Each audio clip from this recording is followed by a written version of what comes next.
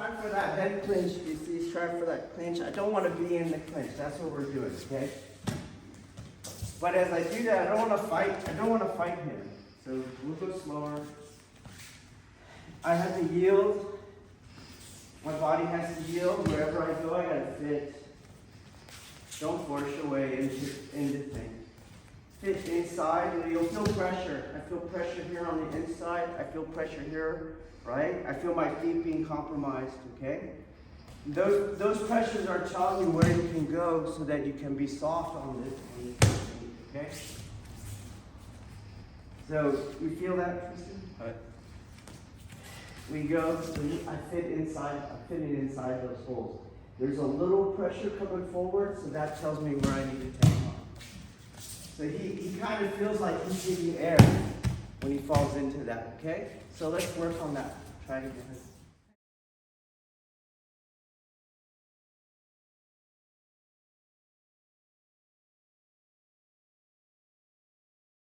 Okay, so it's like your weapons work. See how I make contact with him. I don't wait for him to get there, then I try to grapple this stuff out. So I'm seeking contact. It's like the swords touch and staying on the swords touch. And then you feel that pressure. So he never gets here. He's trying to get there. He's never going to get there. You get there, you just take the 90 degrees, and he can't get there. Okay? Then you make contact, you move, and then the arm is available. Contact, move, arm is available. It's different from you forcing something to go. Contact, yield, arms available. In his attempt, he's trying to get it, do you see? But he's out of range. Do you see that? And now it makes the arm available. So, move. Of course, you can see the strikes are all there. Boom. Arm available. Okay, try it again. You try not to make things happen. You're doing Wu-Wei. Okay, try it.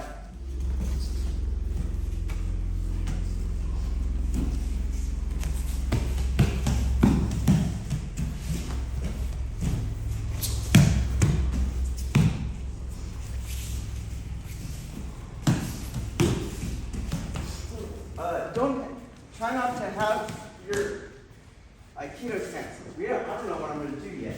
Okay? I might want to try it. Boom. And throw this way.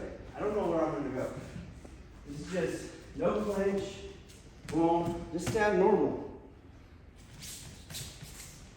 Boom. Stand normal. Boom. So I'll give you something to do so you don't want to take that kamae. Okay? Boom. Knee strike. Push the head to the side. Fit. Boom.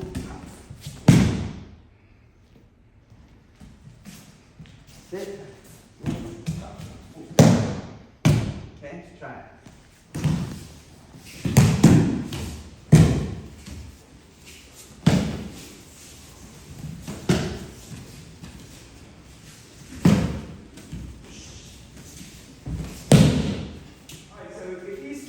Grappling, he's not going to have a lot of spinal displacement. If he did, you'd already throw him, okay? He's kind of like crawling in, right? So the energy's not quite there. I kind of egging it on, not letting him touch me, and I get kind of there. But see, the momentum has stopped. There's little momentum to get him. So, boom, I want him to, when I do this part here, boom, I'm throwing him into that knee. So I don't want him basing out. Boom, he hits that knee right there. Okay? Then he lands under me because I'm going to do something. Okay? So let's work on first this part. That boom, he hits the back knee. So the back knee drives, boom, and gets him to bend over to lower his head more. Boom, boom. Okay, and he lies right under me. I ten-con and push his head through. So he lands right under me. Okay, let's try that. So he's going. Boom. Notice how his arm is straight. So you have to rewind how I got there. Remember, I want to be out of reach of his elbow power. So if I was here, he'd anchor his elbow, I'm done. So when I first move, I have to be where there's zero pressure. That's out here by the wrist, okay? That means his arm is long when I take advantage of that. So his arm is long, okay? Not bent. Arm is long. Here's one lock right there, okay? And that's what's helped bringing him down, that elbow lock there. And now what I'm gonna do is use that long arm to turn him. There's no slack right now. You see, when you bring this arm that way, his head wants to turn. And that's what I want. If you have a bent arm, you got a lot of slack without turning him. So you want a long arm here. So I leave that arm long, and when I go here, it's turning him without me having to bring him up or turn his head or anything. The shoulder lock is turning him. And I just move out of the way and he falls. Now you're on knee on belly. Okay? So get in the right place where you're out of his anchored elbow. That'll expose his elbow. That'll help him bend. Use that straight arm right there to crank him down, and he'll land on knee on belly. Okay? All right, let's try it. On the respiratory meridian, you can find out by identifying where the floating ribs are. So they're not up here. They're the bottom ribs of the rib cage. That's where your weight goes. Listen to his breath. Okay, that's what you're attacking. So when you drop, that's what you hit with your knee. Okay, does that make sense? Okay, so we'll drop, we'll slide through the arm, grab his head, and bring him into that knee. Okay. Boom, boom, and I know, boom, I drop through that knee. Thread the arm, pull him into that knee. Okay, let's try it. Go slow, and don't actually break the ribs, okay? I'm just showing it, okay? On the uke now, I try the Senshin technique. Boom, boom, down. Push my head through. I'm not gonna do what you don't do. Good. Here's that pressure. He goes to, go ahead. Go. Okay? So when I feel that pressure, I'm just going to move out from under. He'll end up in side control.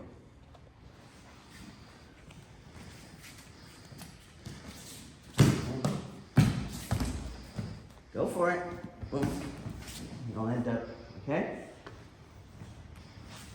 So I don't tap now, I escape. Boom. And I'm out, okay? Try. Uke's job, Naga's job is to try for it. Okay, go. It's one of non-contestation, so that's why I fit in there. It's also one of Wu-Wei, so that's why I don't make things happen. I let things happen.